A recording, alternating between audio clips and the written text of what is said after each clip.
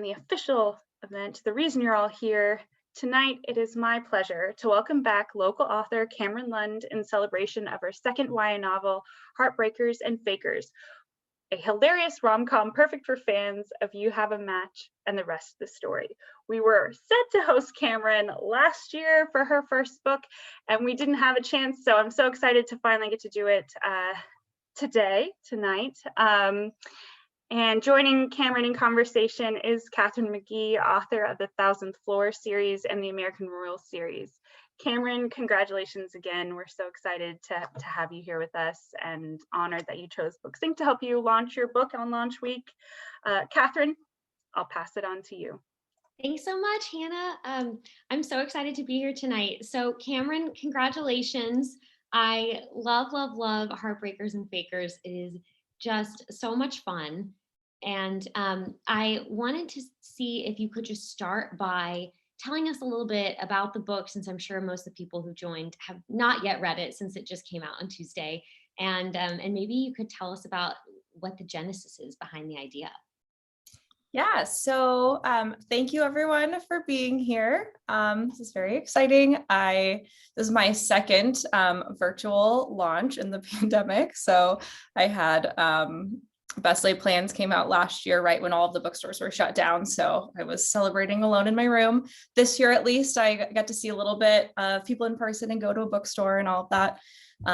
But it is fun to be able to do an event like this with Katharine. So yeah, so Heartbreakers and Fakers is about a high school girl named Penny who is kind of a mean girl. And she's just like very insecure, and she kind of uses like being mean as a defense mechanism a little bit. And she wakes up on the lawn the morning after her boyfriend Jordan's first day of summer party, and realizes that last night she drunkenly kissed her best friend Olivia's boyfriend Kai, who is also her worst enemy. We got to get all of these tropes in there. So Penny and Kai basically pretend that they have feelings for each other to try to cover up their mistake. They're like, we did this horrible thing and we're bad people, but if we like each other, then we're slightly less of bad people because we didn't just do a horrible thing for no reason. So obviously there is a lot of missteps happening here, a lot of mistakes, and then a lot of trying to solve them in the wrong way. And so throughout the course of the story, Penny has to learn to grow from her mistakes and own up to them, and slowly become her true self and a better person. And yeah, so kind of the genesis to this story, I'll say, I really wanted to write something. I really like an unlikable character. And I think a lot of times, yeah, you have actually in American Royals, I think B is one of my favorite characters, or she's just, or not B. Sorry, what's Daphne? The like conniving climber. Mm-hmm. Yeah, love her. I know people are always like, she's the villain, and I go, well, I guess if you want her to be, but I just like her. I mean, even though I wouldn't like her in real life, but I like her in a book, if that makes sense. Mm-hmm, exactly. And they're just so fun to write. They're so fun. But yeah, so I wanted to write a character who I feel like a lot of times in YA especially, female characters are expected to be really perfect and to be good role models. And I think, a regular teenage girl is not always the best role model, and she doesn't always act in the best way. And like, I know I personally did a lot of things in high school that I now regret, or, I laughed at a joke that I shouldn't have laughed at, or I said something I shouldn't have said. And so I wanted to write a story for that girl, so that she can learn and grow from that. And yeah, so that's why I love a character arc. So both my books so far have had big arcs. I think it's so much fun. And I loved Penny's growth. I feel like I agree with you. It can be hard in books written for women, where people can get a little bit concerned if characters do bad things. But I always say, if the character was 100% perfect and did nothing but good throughout the book, there would be no story. Like, stories come from people making mistakes and being human and having flaws. And I mean, there's the reason that, like, in writing classes, one of the first things they make you think about is your character's flaws. And so I always say a perfect story about perfect people would last about a paragraph because they wouldn't have anything to do. So I really loved Penny and her journey. You said something on Instagram along these lines, I think, about how Penny is flawed in a way that you may have been flawed in high school, or you knew people who were flawed. And I want to find it. There was a beautiful quote in the book that was, okay, I flagged this for myself because I thought it was so fun. You wrote, "How is it so easy for everyone else? Sometimes I feel like everybody around me is living their life without trying, like they all just naturally know the right things to do or say. I have to think about every move I make and analyze the consequences." I felt like that spoke to high school me so beautifully. So I was just wondering if you could share a little bit more about Penny and kind of her role as sort of second most popular girl, and how she feels so insecure in it and feels like she has to fight for her every bit of gained ground. And then of course the growth that she experiences over the course of the novel. Yeah, I mean, that quote is definitely how I felt in high school. And I've always thought it's really interesting that, so I just like, I cared so much what people thought of me. And I was so like worried that I need to wear the right thing or make the right comment, or people won't like me anymore. And I think some of that desperation like comes across, and then people don't end up really liking you because they're sensing that it's not really you. And I've always thought like, wow, high school would be so easy now if I could just go back as like my adult self and like relive it, because I just wouldn't care. I would just be myself and like talk to people I wanted to talk to, and like everything would be fine, and people would like, I would just have a much easier time and be much happier. And so it's just really hard at that age though to view things in that way. And so that's kind of the lesson that I wanted to teach Penny, is that, you know, she's so concerned about like her, I mean, her whole friendship with Olivia has lots of nuance. There's lots of layers there, but it's like pretty toxic. But that, you know, if she and Olivia actually were their true selves with each other, then they would probably have a little bit more in common. Like they're just like, every girl in that friend group is like faking it a little bit, when really they could all just be themselves and get along with each other. Which is where part of the title comes from. I know. I love all the friends. I love all the side characters, but I want to go back to romance for a second, because the romance is so fun and so good. There, you already mentioned the tropes. I feel like you've got them all and you executed them all perfectly. The hate to love trope, fake dating, which I'm a huge personal fan of fake dating. I also used it in my second American Royals book, and really wish that I had read this book before, because I feel like this is like a master class in fake dating, with like twists on twists of fake dating. Also, there's only one bed, classic.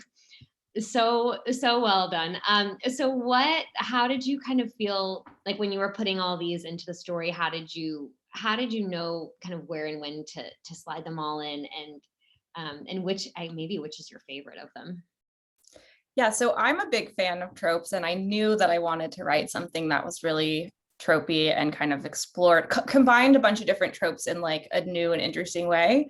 And I think so, specifically maybe this is a little spoiler, maybe not, but there's only one bed trope. I was really laughing to myself, having a grand old time as I was writing, because I was like, I'm going to set them up in a way where they get there and then there's two beds, and then everyone's going to be like, oh man, the trope, we thought it was going to be the trope, but like there's two beds, bummer. And then like something happens and it becomes one bed. And I was just, you know, that was a little joke I wrote to myself.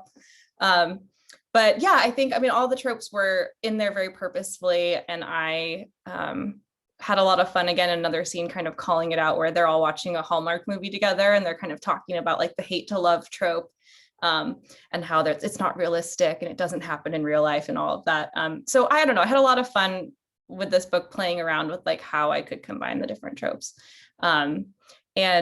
Actually, I just wrote an article about tropes for Frolic. It was linked in the chat, I think, by Hannah.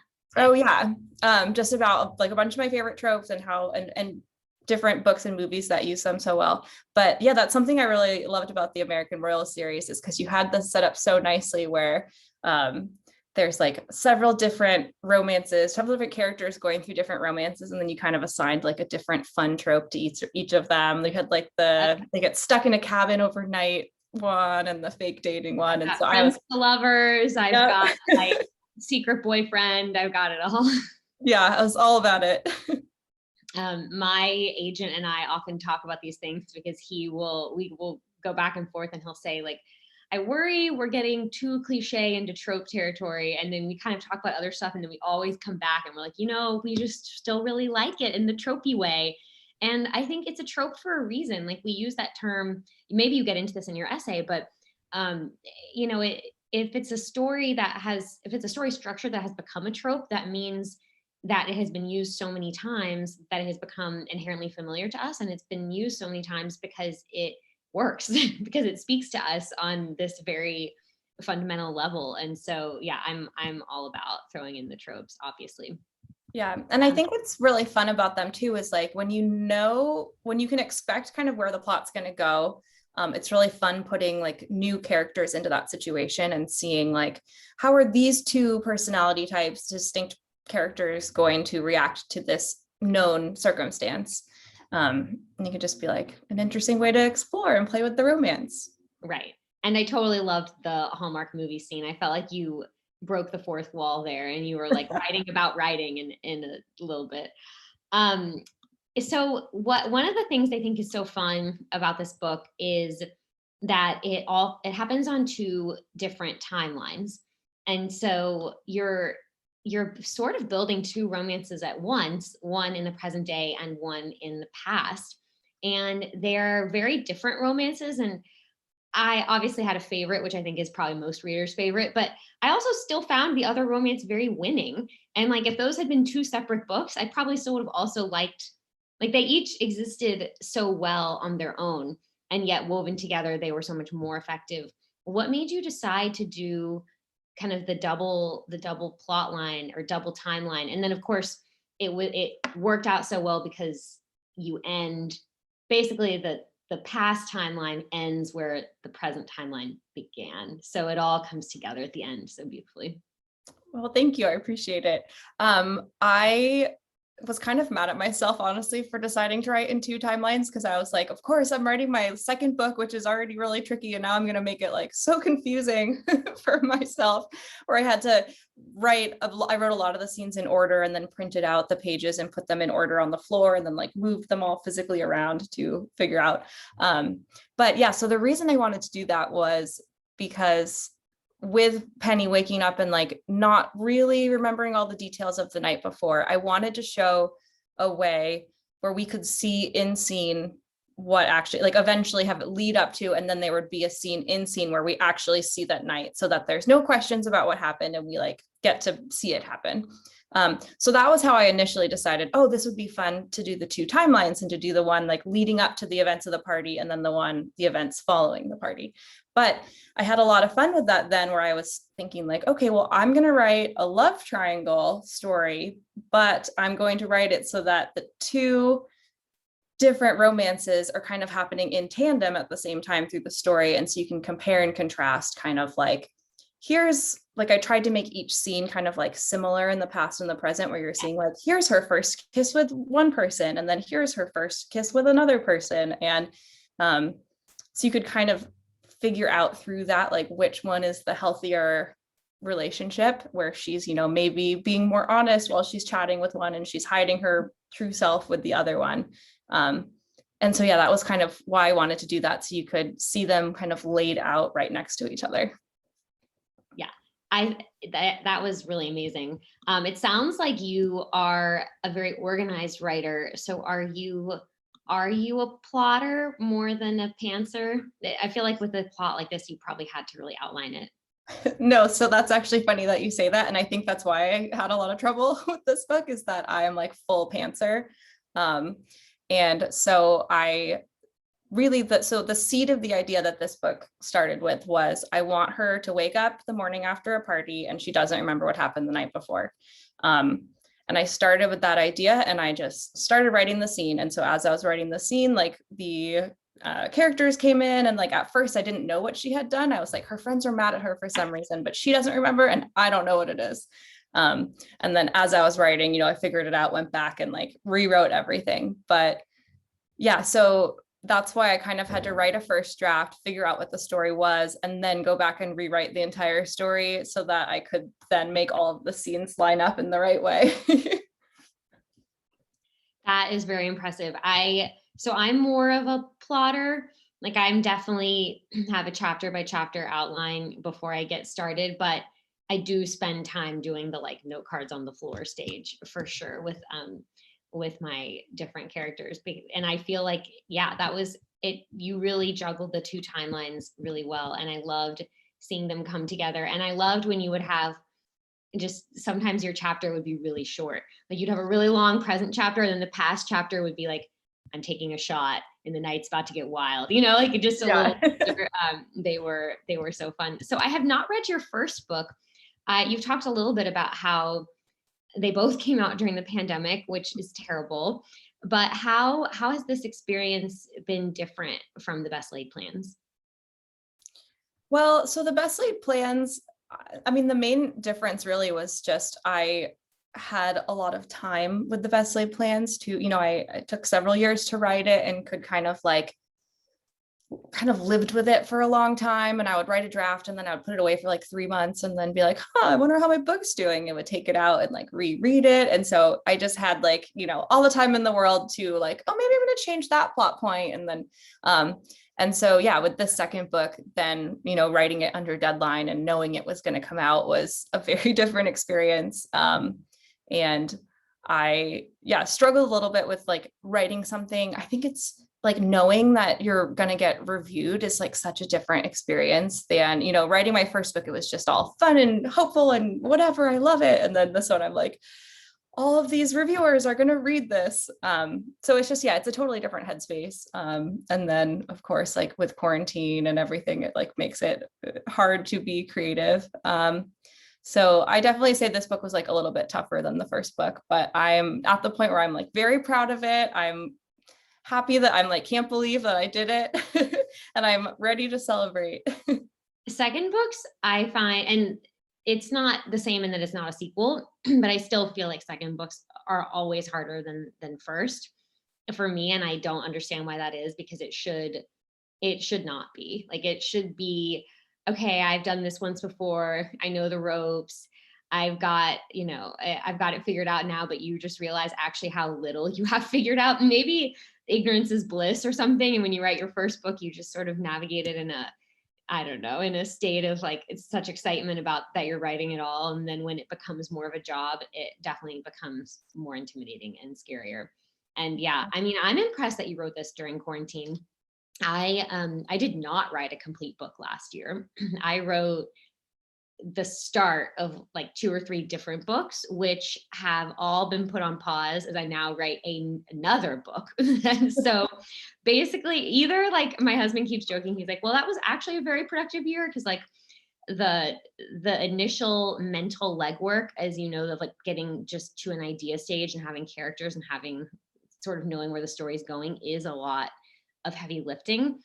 But also it's I didn't do anything. So I'm impressed that you were able to write this. It was such a strange year and we were all in weird headspace. Yeah. Well, so what I've heard on, this second book syndrome, it's so bad it has a name, that I've heard a lot of people struggle with their second book. And a quote that I heard that really explained this to me well, was that the better you get at writing, the harder writing is, because suddenly you're reading your own writing with eyes of when you're first starting out, you're everything I'm writing is great. And then as you slowly perfect your craft and get more comfortable, then suddenly you see your own writing with those eyes that have had more practice, and suddenly you're more of a perfectionist.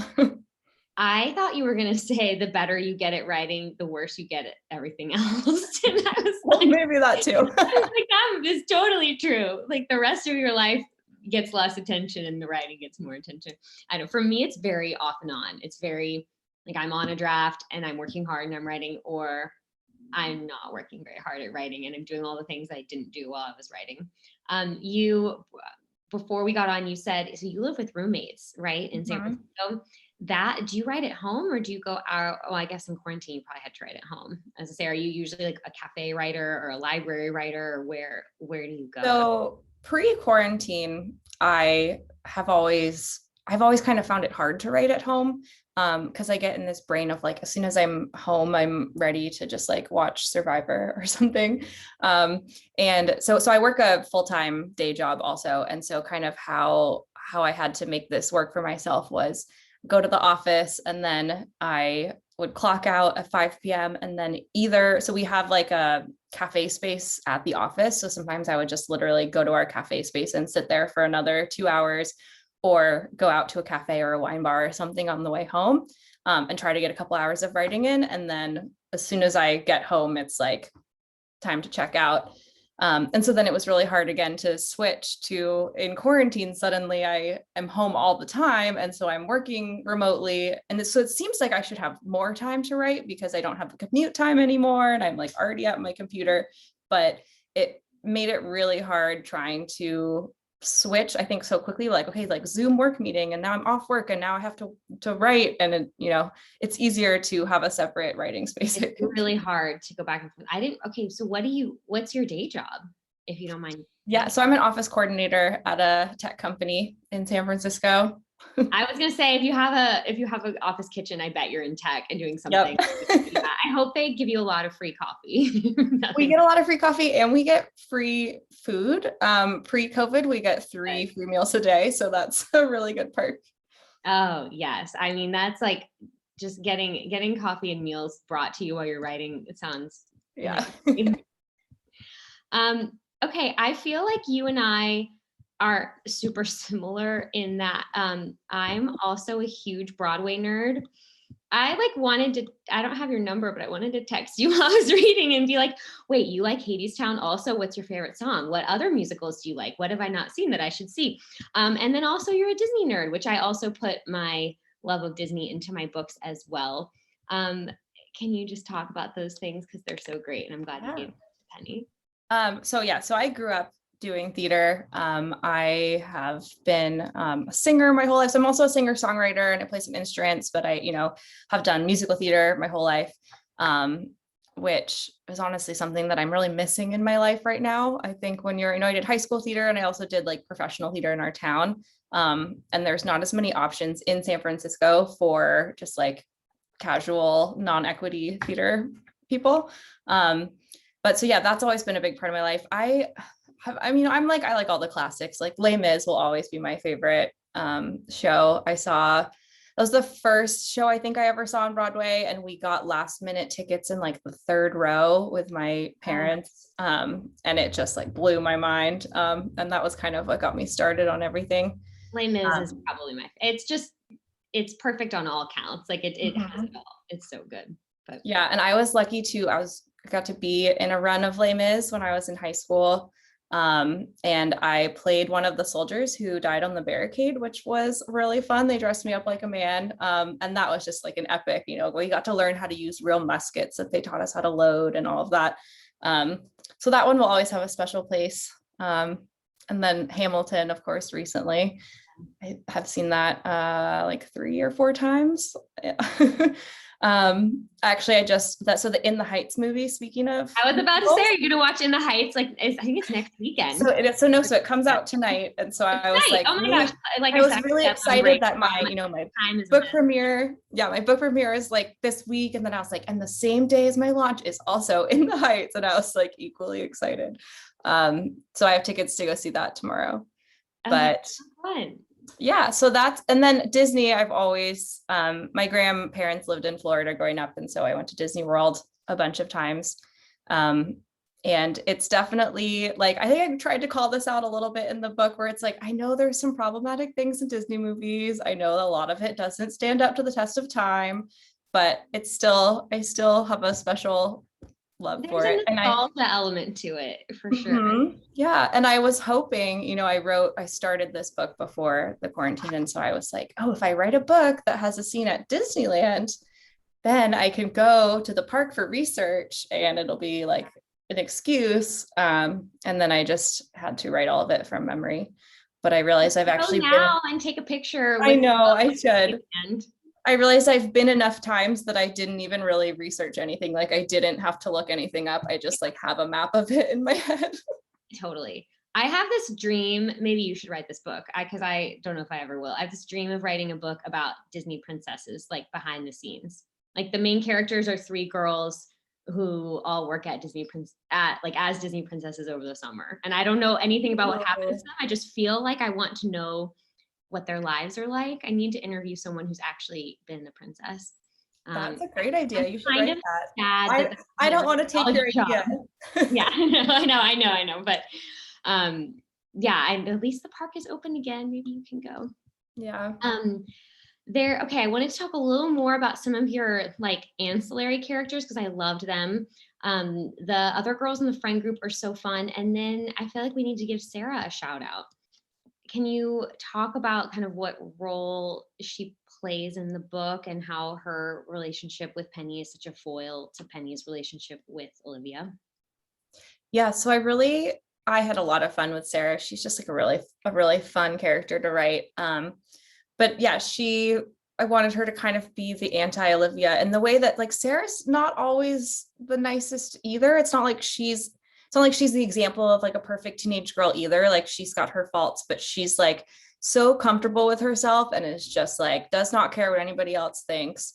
And so I wanted Penny to see that as an option, like that's a path that she could take. And that, you know, she just has this idea in her head of like, wow, Sarah did something embarrassing in elementary school and that makes her embarrassing forever.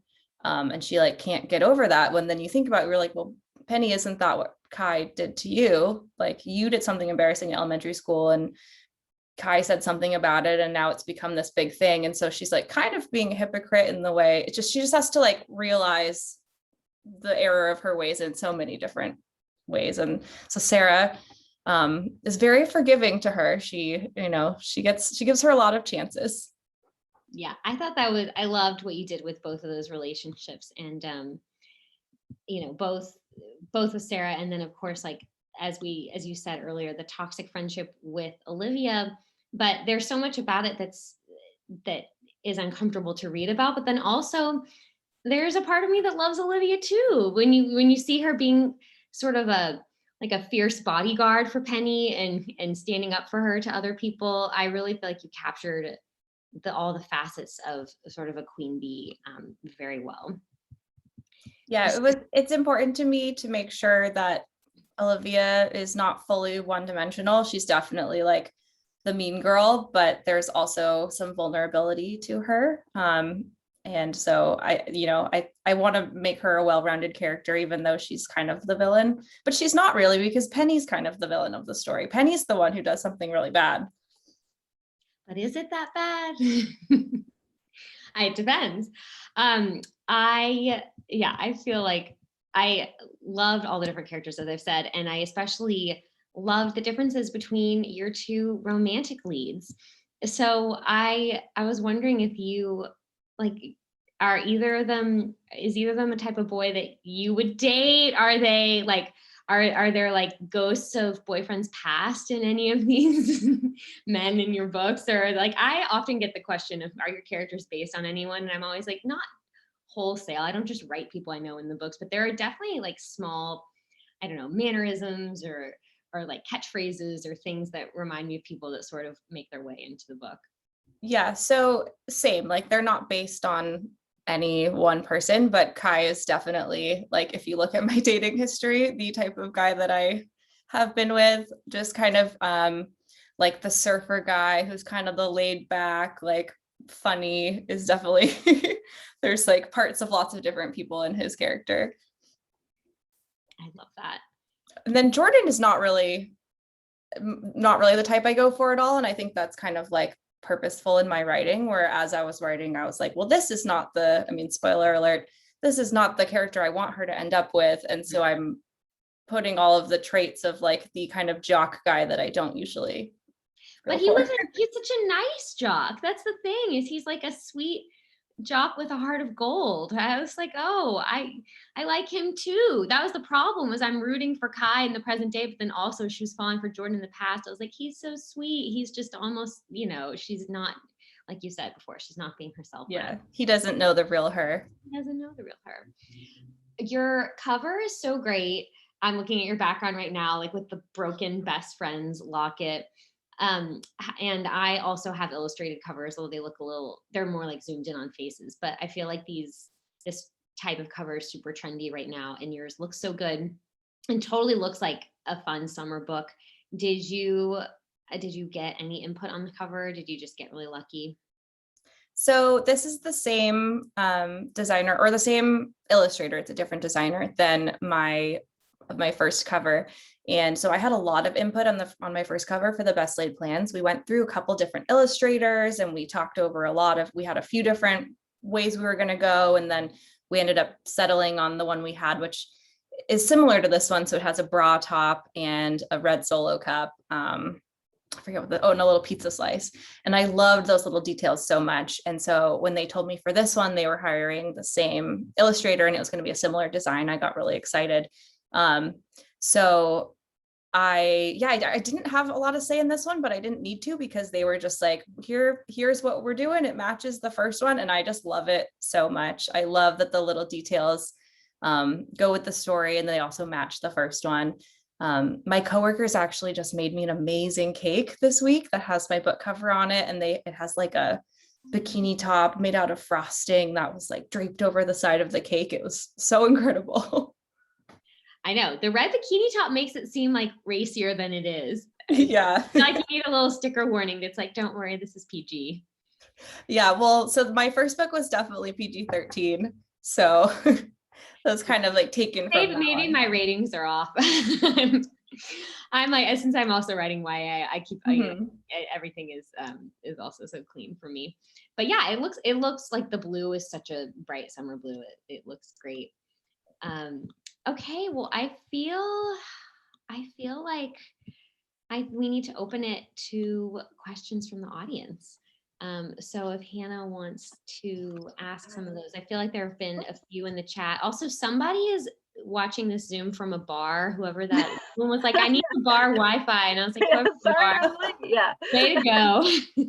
Yeah, and a lot of people, there's some people in the chat that have friends that work for Disney. I have a friend who did the summer program for Disney. She was not a princess, but she's like a behind the stage person. So Catherine, there are people out there you can talk to. I think there's like some rule where the princesses can't actually talk about their experience, but maybe I'm sure they signed something.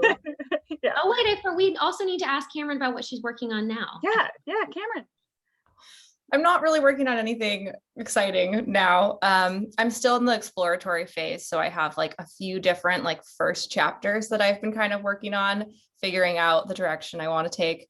But everything that I have been working on is another, YA rom-com, similar feel, with like a little bit of an edge to it, very dramatic. So it's my bread and butter. I can't wait. Catherine, can we ask what you're working on, or is it still hush hush? It is still hush hush, but it's really fun, and it's something new, like I said. So I'm almost finished with the first draft, which has taken a while, and which has been kind of a piecemeal first draft because I actually turned in half of it. So it's like draft 1.5.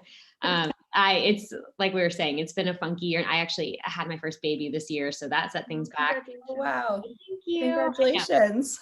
Yeah, lots of projects all around. Yeah.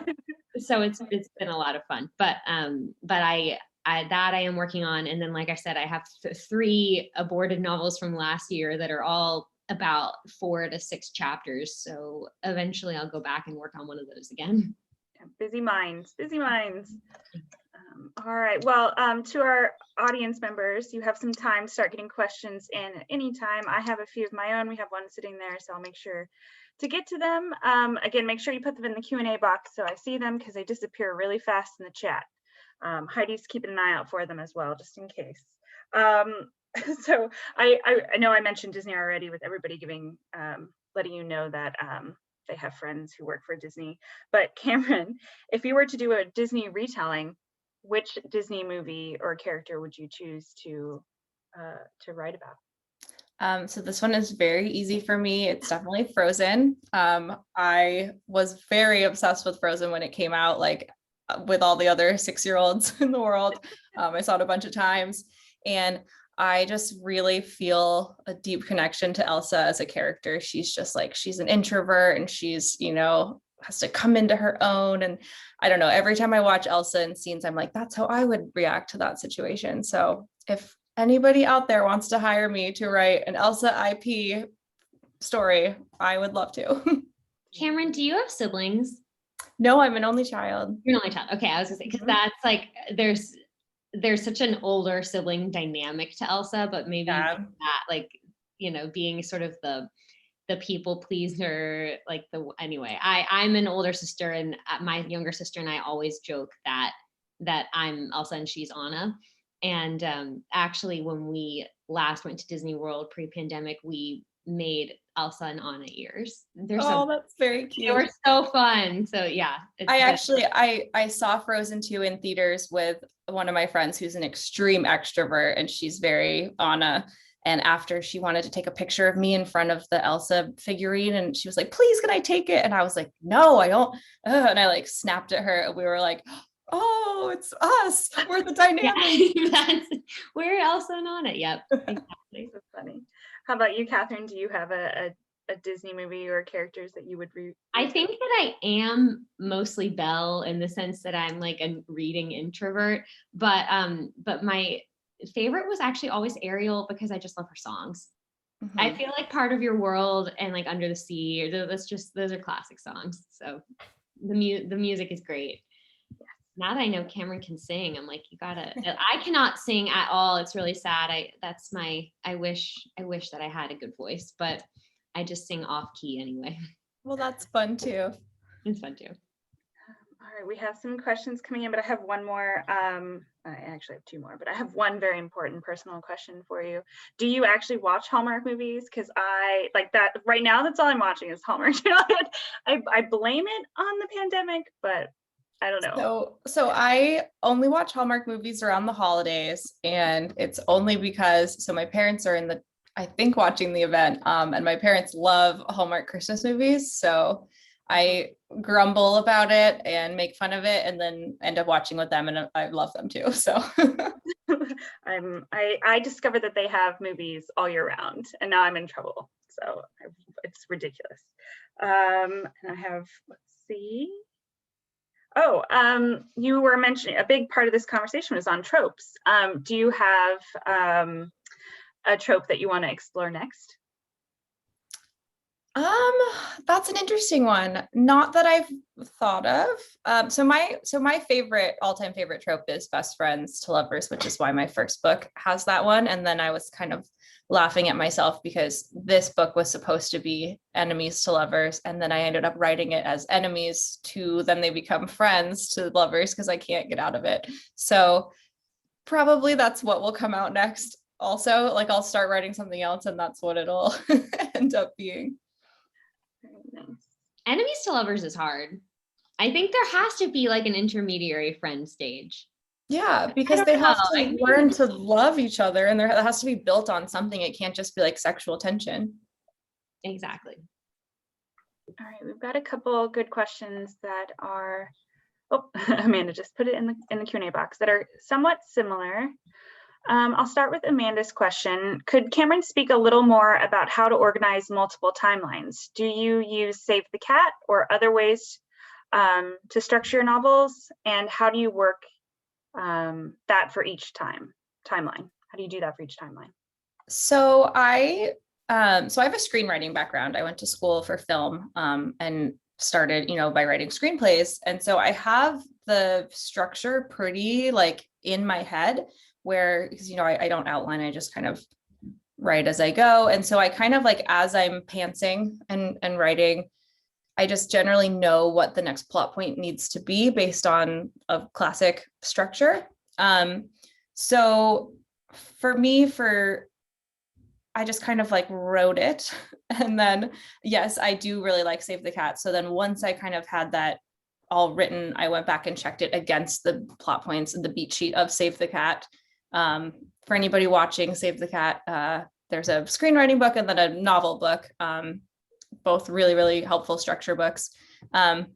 Yeah, so then I kind of like went back after I'd written and made sure that all of my beat sheet lined up. And then, yeah, I don't know, I didn't really do it for both timelines. It was just kind of like made sure that the now timeline followed Save the Cat, and then made sure that the then timeline was like complementary to the now timeline so that it kind of worked and fit together. But yeah, I did have to, as I said before, print everything out and lay every scene out on my floor. And I switched some things around. And then the problem with that is like, once you switch something around, then you have to take information that was learned in a previous scene and copy and move it back to so there was a lot of like cutting and pasting of all different information. And Catherine, I know, so I read your 1,000th Floor series, and I was totally blown away by it when I know the beginning is like, and this is not a spoiler, I don't think, but it's because it's the beginning of the book, but someone dies and you don't know who it is, and then you have to and then the rest of the story is who is it, for the first book. Did you also write it out of order and have to move things around, or was it a pretty simple process for you? So I'm not surprised to hear that Cameron has a screenwriting background, because I totally saw the 3-act story structure in this book, which is also sort of my background. I've never used Save the Cat. I actually don't even know what this is. I'm like going to go look it up later. I just took Jessica Brody's course on Save the Cat writes a novel, so I recommend it as well. There you go. Yeah, I mean, it's always good to have more frameworks and structures. For the 1,000th Floor, it's so funny. Yes, it had that set up, and then like 2 years after the book came out, Big Little Lies came out, and I had never read the book, and I was kind of both worried but also delighted, because I was like, this is Big Little Lies of like somebody dies and you don't know who it is, and then the story backtracks and you build up to who died. So I kept joking. I was like, HBO needs to buy the 1,000th Floor, because like they have Big Little Lies. Would you like Big Little Lies with teenagers and in a skyscraper? Yeah. So I did not realize that was like something other people had done before. But that's the thing about writing, is like everything's kind of already been done in some iteration. And so it's sort of like you said, Cameron, just like taking things and putting your own spin on them and making them new and making the characters feel fresh. Mm-hmm. So yeah, as I said, I'm a big outliner. I definitely change things all the time after I've written a draft, but I try to outline first. So I come up with like the broad strokes of the story, then I get it down to a grittier scene by scene, and then I write like chapter by chapter in order, pretty much. So even right now, writing my new project, I'm like, okay, like what's up next? Chapter 39, breakup scene. Okay, this is what I plotted. And like, if it really doesn't feel right, by the time I'm there, I will tweak it in some way, but I usually try to write it close to what I outlined. And then a lot of it ends up changing in revisions, because my books are so plot heavy that like, if the plot isn't working in some way, that's just, usually it's something that like the story itself needs to change. It's not that I need to do the same story but make it better. It's like, no, I got the story wrong. And so it usually takes me, the second draft is fixing the story, and then the third draft is like polishing what's there, if that makes sense. So yeah, I mean, I have a whiteboard in my office. I'm really lucky that I have a home office. I mostly write from home.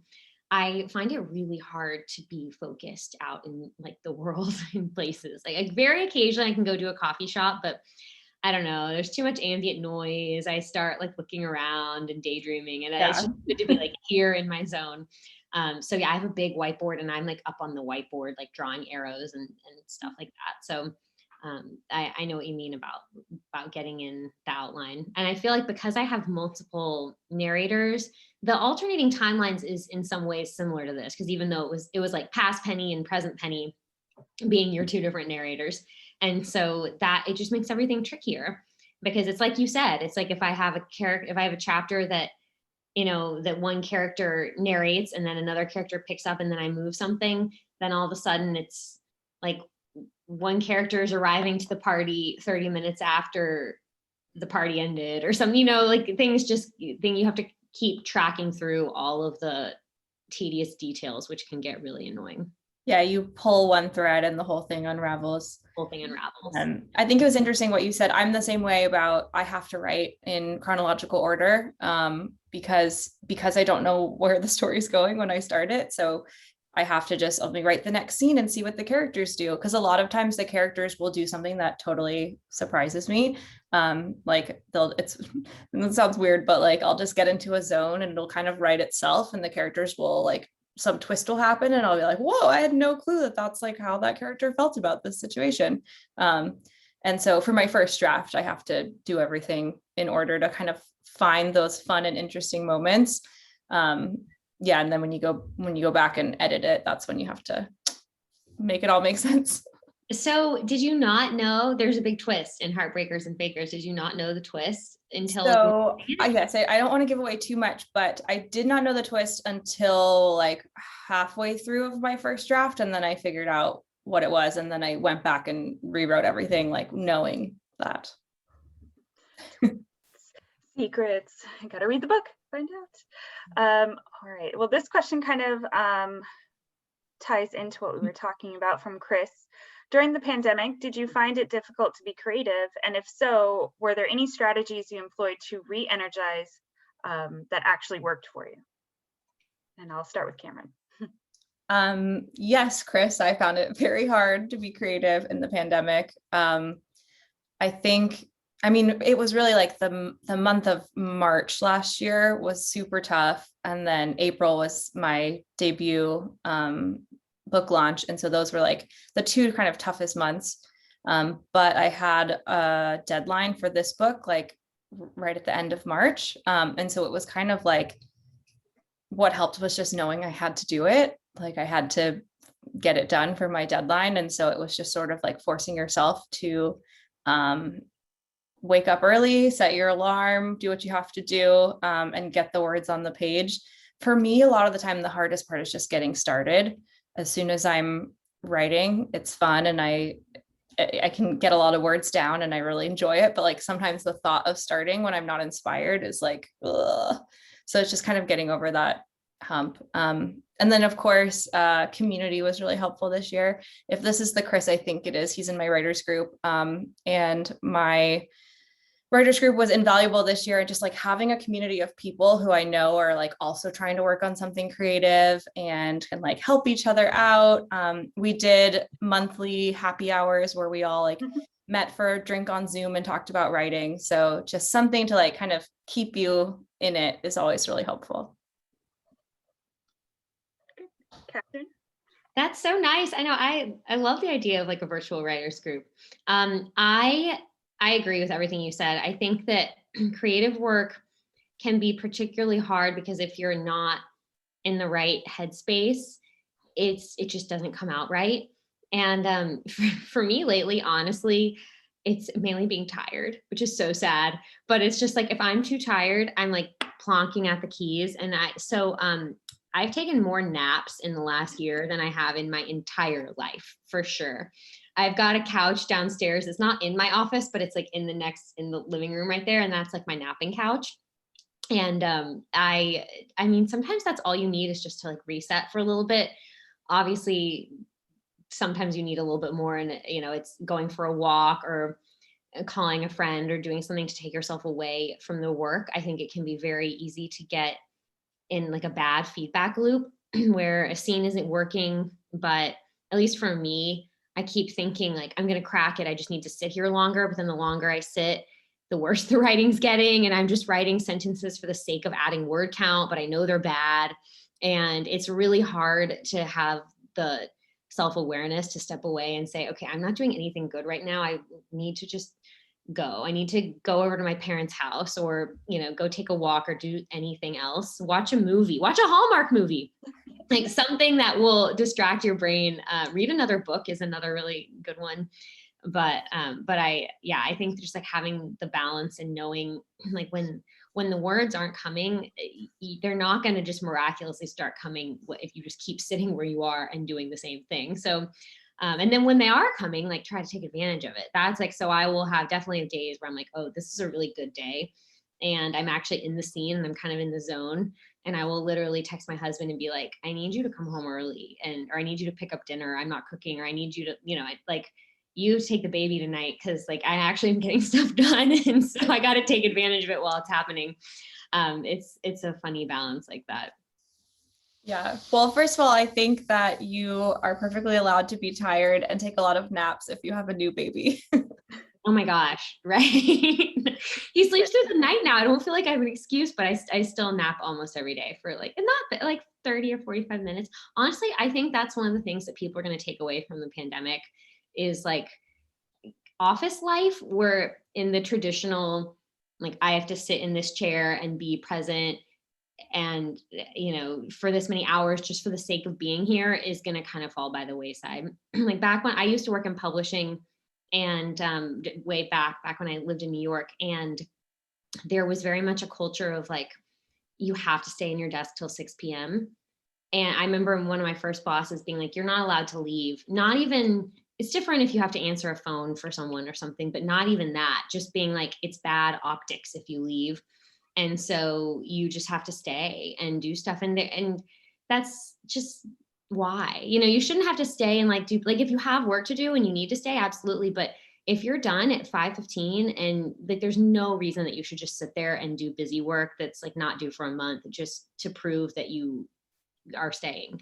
You know what I mean? So I think that we're going to have a better balance of like knowing that people can manage their own time mostly. I can't always manage my own time, but mostly, and like trusting people to get work done away from the desk if they need to. Yeah, I feel that a lot. I've been back in my office for the past month now. And so I'm feeling those growing pains a lot of, I've worked remotely for a year and now I'm back where I have a very set schedule and I have to be at my desk. So yeah, it's a big change, but I think that hopefully I agree with you that this is going to kind of change things overall for a lot of places eventually. And it probably helps you to get out and like, even for me, sometimes it's like, I need to just get dressed in actual clothes. I need to, take off the leggings and like put on pants with a zipper and go, feel like I actually am facing the world a bit more. So I'm sure that like going out to an office helps you in that way, at least that you're like, okay, I'm here, I'm ready, I'm dressed for work. And then if I stay and do work, write my book at the office for a few hours, maybe that'll make you feel a little more in the zone. Yeah, it's been a big change, like getting dressed every morning and running to catch the bus. It's like, oh, this was what life used to be like. Yeah.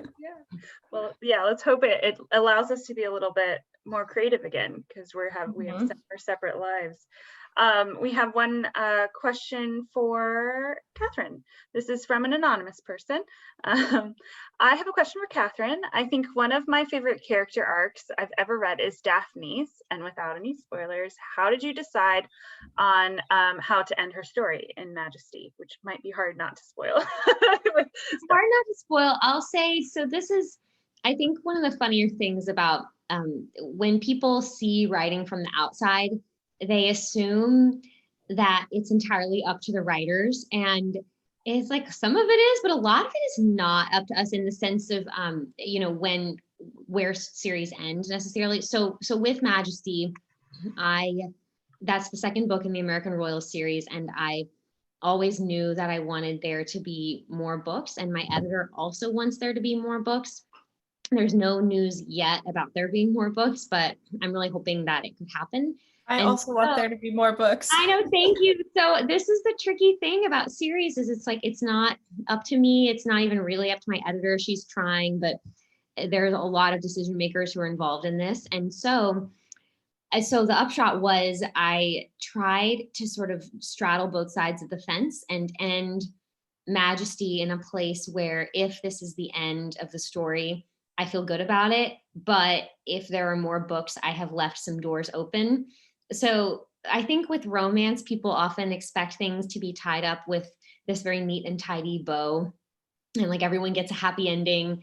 And I didn't do that. So I love whoever asked that question. I love that you like it. I think it's, you know, some people love it and some people are very frustrated by it. And I totally understand if there are frustrations, because I'm like, yeah, I also thought there might be more books. So it was tricky, but I did end Daphne's story in a place where, you know, where I feel like if this is where her story ends, it's like very fitting for her. It's very, you know, she got her just desserts. She's the character that we mentioned earlier that's like kind of my villain, but certainly is very conniving and schemy, and is, again, so much fun to write. I feel like for whatever reason, probably just because her motives are so clear, her chapters write themselves.